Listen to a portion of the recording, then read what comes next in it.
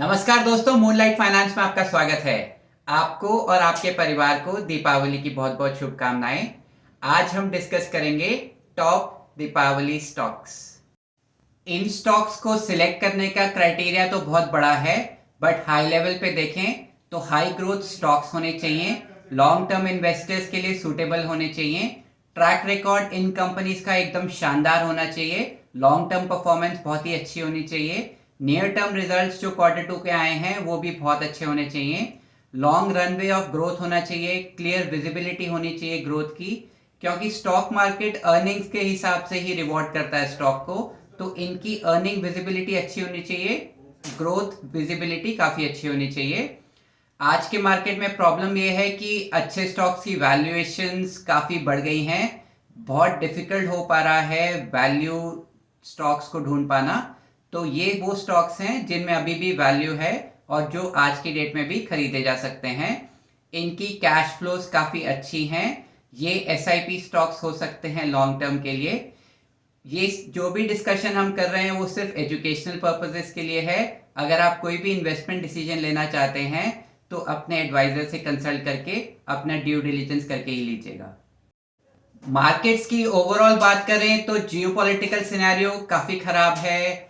Israel की war आगे ही बढ़ती जा रही है, इन्फ्लेशन काफ़ी हाई है, इंटरेस्ट रेट्स हायर लेवल्स पे ही सस्टेन होने की उम्मीद है। ऐसा लग नहीं रहा कि नियर टर्म में इंटरेस्ट रेट्स नीचे आने वाले हैं। इलेक्शन ईयर है तो मार्केट्स काफ़ी वॉलेटाइल रह सकते हैं और वॉलेटाइल मार्केट में अपॉर्चुनिटी भी मिलती है, तो उसका ध्यान रखिएगा। इंडिया का मार्केट सस्ता नहीं लग रहा है बट ओवर वैल्यूड भी नहीं लग रहा है, रीजनेबली प्राइस लग रहा है बेस्ड ऑन अर्निंग्स। इंडिया की इकोनॉमी काफ़ी रेजिलिएंट है, काफ़ी स्ट्रांग है। हम एक स्ट्रक्चरल बुल रन में हैं। मैं बहुत बुलिश हूँ इंडिया को लेके। आप फुली इन्वेस्टेड रह सकते हैं। अब थोड़ा सा कॉशियस रहने की ज़रूरत है। कुछ स्मॉल कैप्स और मिड कैप्स अपने फंडामेंटल से आगे आ गए हैं। स्टॉक प्राइसेस कुछ एरियाज में बबल टेरिटरी में हैं। उस एरियाज को छोड़ के ओवरऑल मार्केट काफ़ी अच्छा लग रहा है। जो हमारी पहली पिक है वो है कैप्लिन पॉइंट। ये एक फार्मा कंपनी है, इस्टेब्लिश हुई थी 1990 में। मैन्युफैक्चर करती थी और सोर्स करती थी APIs, finish formulations, R&D and clinical research में।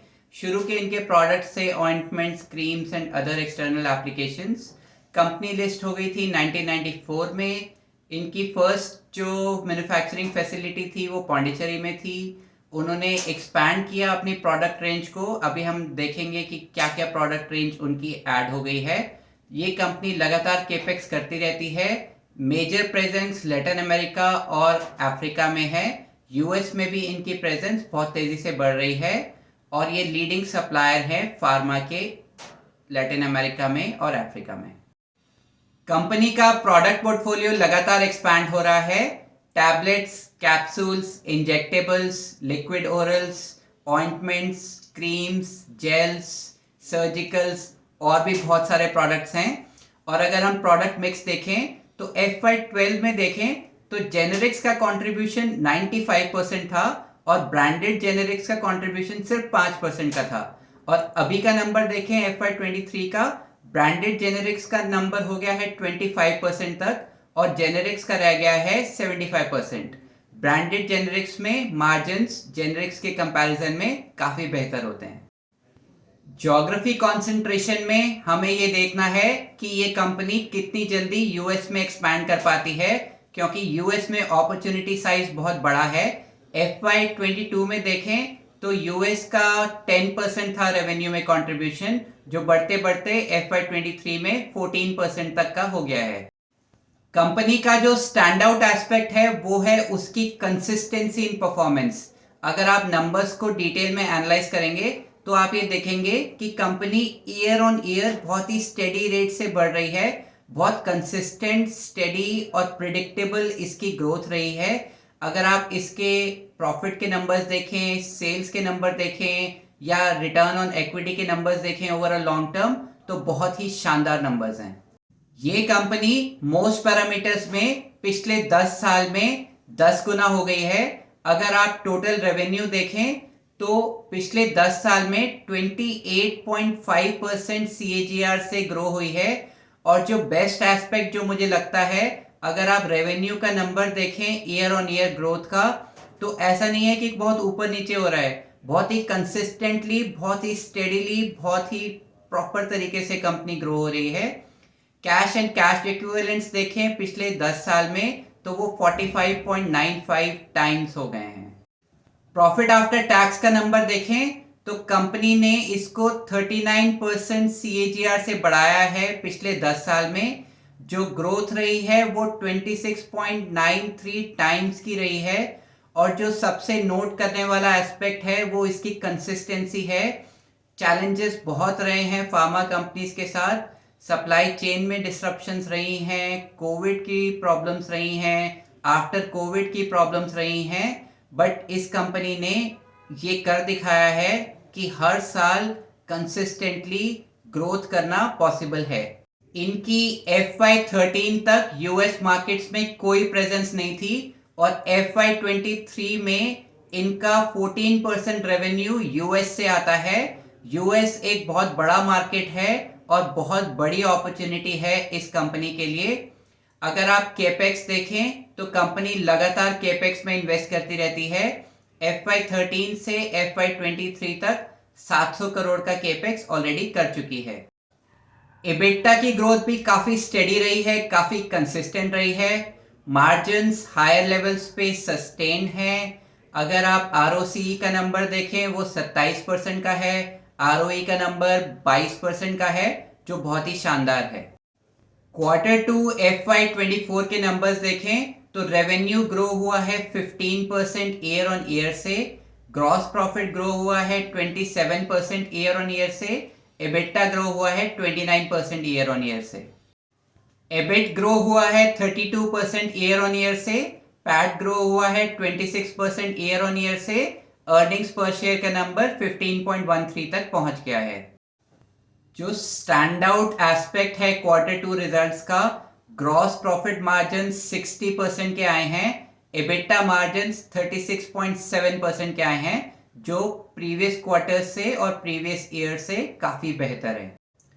एबिट मार्जिन्स और पैट मार्जिन्स में भी इंप्रूवमेंट हुई है।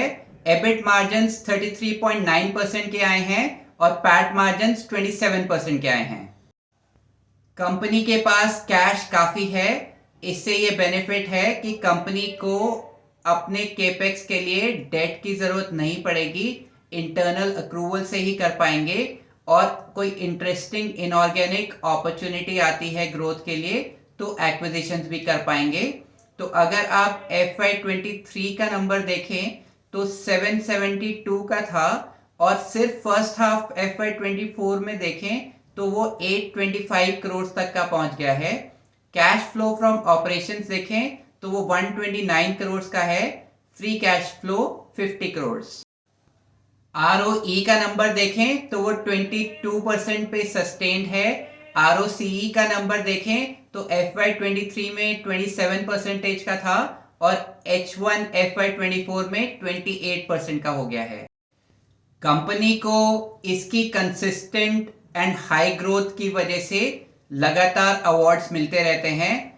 Forbes Asia best under $1 billion company के लिए इसको पिछले 10 साल में 6 बार ये अवार्ड मिल चुका है।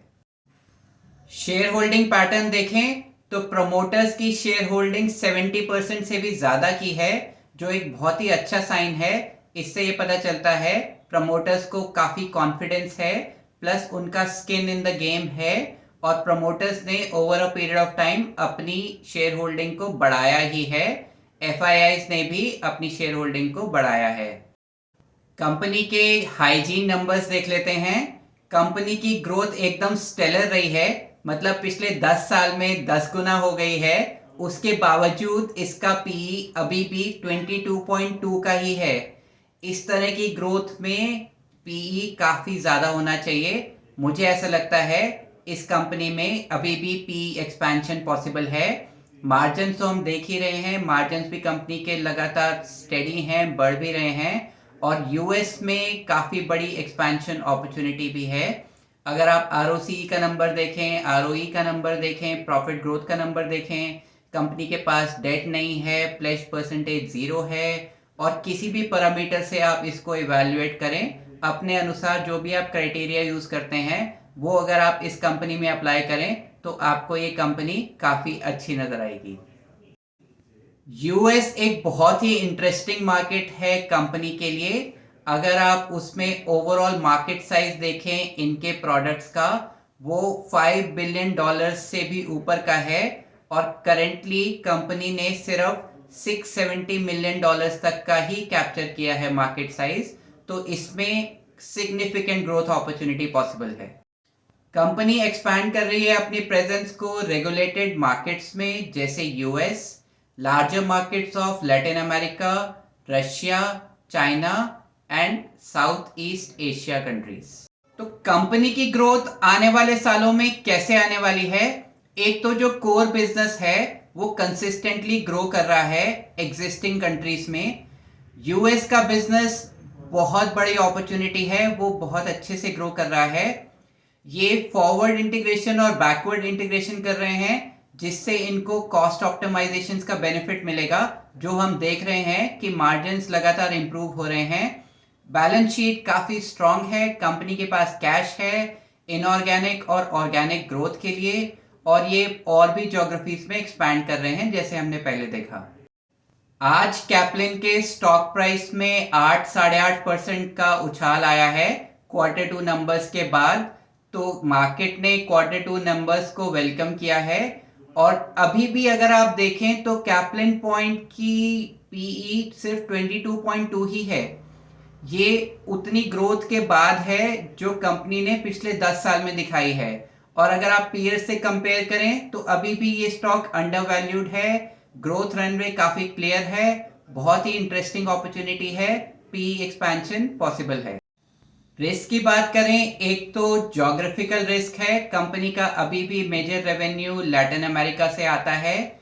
रेगुलेटरी रिस्क हमेशा रहता है क्योंकि यूएस में स्पेसिफिकली अगर आप देखें तो लगातार इंस्पेक्शंस होती रहती हैं, ऑडिट्स होती रहती हैं, तो कंपनी को रेगुलरली इन्वेस्ट करते रहना होता है कंप्लायंस के लिए, और अगर कोई सीवियर ऑब्जर्वेशन आती है तो कंपनी को इम्पैक्ट हो सकता है। इससे पहले मेरे व्यू पे आए, वीडियो को लाइक कर दीजिए, आपके लाइक से मोटिवेशन मिलता है। यूट्यूब इसी तरह के इंफॉर्मेशनल वीडियोस और लोगों तक पहुंचाता है। ये बहुत ज़रूरी है कि लोगों तक करेक्ट इन्फॉर्मेशन पहुंचे। लोग बहुत ही रैंडमली इन्वेस्ट कर देते हैं और यूट्यूब इसी तरह के इंफॉर्मेशनल वीडियोस आपको भी और दिखाता है। अगर हम देखें तो ये एक डेटा ड्रिवन कंपनी है, टेक्नोलॉजी में इन्वेस्ट करती है, एनालिटिक्स और आर्टिफिशियल इंटेलिजेंस को भी यूज़ करती है। मैनेजमेंट टीम काफ़ी एक्सपीरियंस्ड है, फोकस्ड है। एक स्टैंड आउट एस्पेक्ट है इसकी कंसिस्टेंट परफॉर्मेंस। फाइनेंशियल्स काफ़ी स्ट्रांग है, कंपनी कैश रिच है, बैलेंस शीट शानदार है, बिग टिकट केपेक्स करती है, जीरो डेट है, कंपनी अपना केपेक्स या इनऑर्गेनिक ग्रोथ इंटरनल अक्रूवल से ही करती है। वाइड रेंज ऑफ पोर्टफोलियो है, वो भी लगातार बढ़ता जा रहा है। यूएस में बहुत बड़ी ग्रोथ अपॉर्चुनिटी है, बाकी रीजन्स में भी एक्सपैंड कर रही है। हमने देखा है कि फेटल डिजीजेस और लाइफस्टाइल डिजीजेस बढ़ रहे हैं, पेनिट्रेशन हेल्थ इंश्योरेंस की बढ़ रही है, डायग्नोस्टिक फैसिलिटीज़ बेहतर होती जा रही हैं। इंडिया के पास लो कॉस्ट एडवांटेज भी है as compare to US. Major manufacturing hub है फार्मा का India, skilled resources easily available हैं। वैल्यूएशंस अंडर वैल्यूड लग रही हैं, पीई ऑफ 22 बहुत ही कम नज़र आ रहा है। ऐसे स्टॉक का पीई 40 से 50 की रेंज में होना चाहिए, तो पीई एक्सपेंशन पॉसिबल है। ये एक पिक्चर परफेक्ट स्टॉक लग रहा है, आपकी रडार में डेफिनेटली होना चाहिए, आप इसको फर्दर स्टडी कर सकते हैं। जो दूसरा स्टॉक है वो है आईसीआईसीआई बैंक। अगर आप लास्ट 1 ईयर का आईसीआईसीआई बैंक का परफॉर्मेंस देखें तो इसने बेंचमार्क इंडिसेस को अंडर परफॉर्म किया है। अगर आप बैंक की परफॉर्मेंस को लंबी अवधि के लिए देखें तो कंपाउंडेड सेल्स ग्रोथ का नंबर हो, चाहे कंपाउंडेड प्रॉफिट ग्रोथ का नंबर हो या रिटर्न ऑन इक्विटी का नंबर हो, सारे पैरामीटर्स में शानदार परफॉर्मेंस है।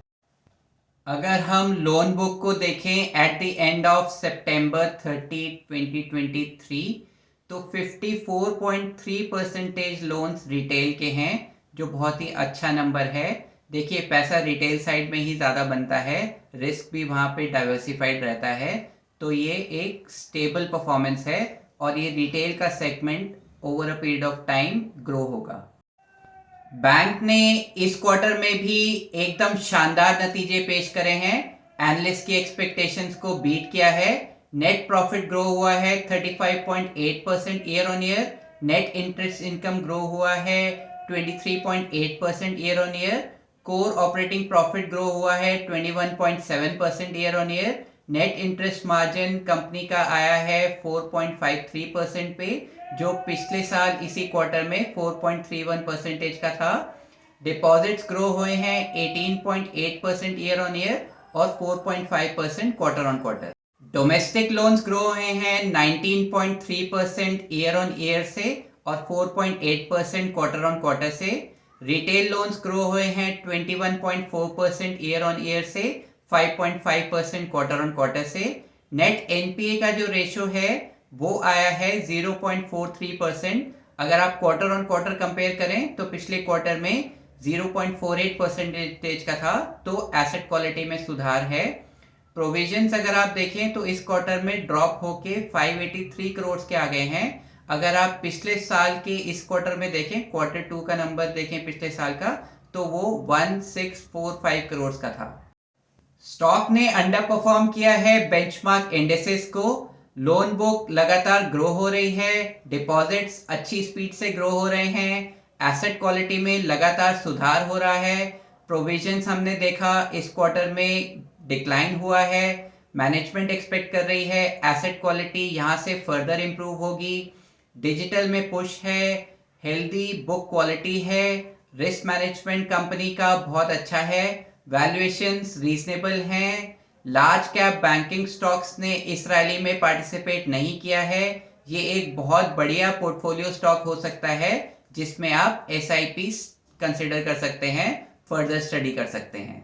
Happy investing, see you in the next video. अगर आपको ये वीडियो पसंद आया तो आप इसको लाइक कीजिए और इसी तरह के यूजफुल वीडियोस के लिए चैनल को सब्सक्राइब कीजिए।